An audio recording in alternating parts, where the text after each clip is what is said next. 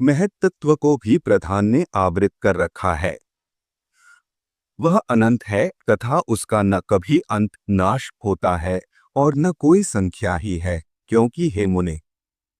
वह अनंत असंख्येय अपरिमेय और संपूर्ण जगत का कारण है और वही परा प्रकृति है। उसमें ऐसे ऐसे हजारों, लाखों तथा सैकड़ों करोड़ ब्रह्मांड हैं।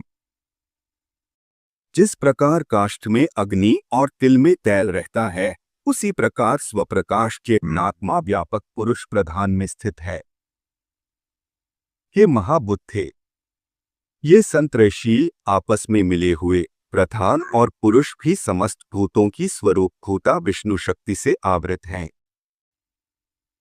हे महामते,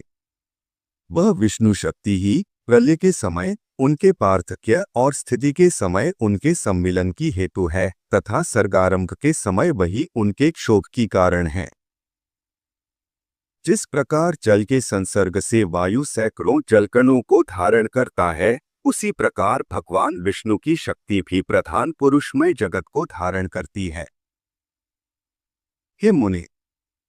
जिस प्रकार आदि बीज से ही मूल, स्कंध और शाखा आदि के सहित वृक्ष उत्पन्न होता है और तदंतर उससे और भी बीज उत्पन्न होते हैं तथा उन बीजों से अन्यान्य वृक्ष उत्पन्न होते हैं और वे भी उन्हीं लक्षण, द्रव्य और कारणों से युक्त होते हैं, उसी प्रकार पहले अव्याकृत प्रधान से महत्त्व से लेकर पंचभूत पर्यंत संपूर्ण विकार उत्पन्न होते हैं तथा उनसे देव, असुर आदि का जन्म होता है और फिर उनके पुत्र तथा उन पुत्रों के अन्य पुत्र होते हैं।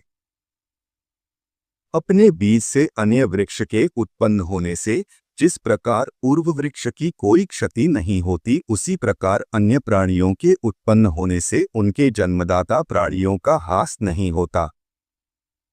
जिस प्रकार आकाश और काल आदि सन्निधि मात्र से ही वृक्ष के कारण होते हैं, उसी प्रकार भगवान श्रीहरि भी बिना परिणाम के ही विश्व के कारण हैं।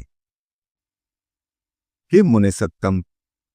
जिस प्रकार धान के बीज में मूल, नाल, पत्ते, अंकुर, तना, कोश, पुष्प, शीर, कंटुल, तुष और कण सभी रहते हैं तथा अंकुरोत्पत्ति की हेतुभूत भूमि एवं जल आदि सामग्री के प्राप्त होने पर वे प्रकट हो जाते हैं, उसी प्रकार अपने अनेक पूर्व कर्मों में स्थित देवता आदि विष्णु शक्ति का आश्रय पाने पर आविर्भूत हो जाते हैं, जिससे यह संपूर्ण जगत उत्पन्न हुआ है, जो स्वयं जगत रूप से स्थित है, जिसमें यह स्थित है तथा जिसमें यह लीन हो जाएगा, वह परब्रह्म ही विष्णु भगवान है।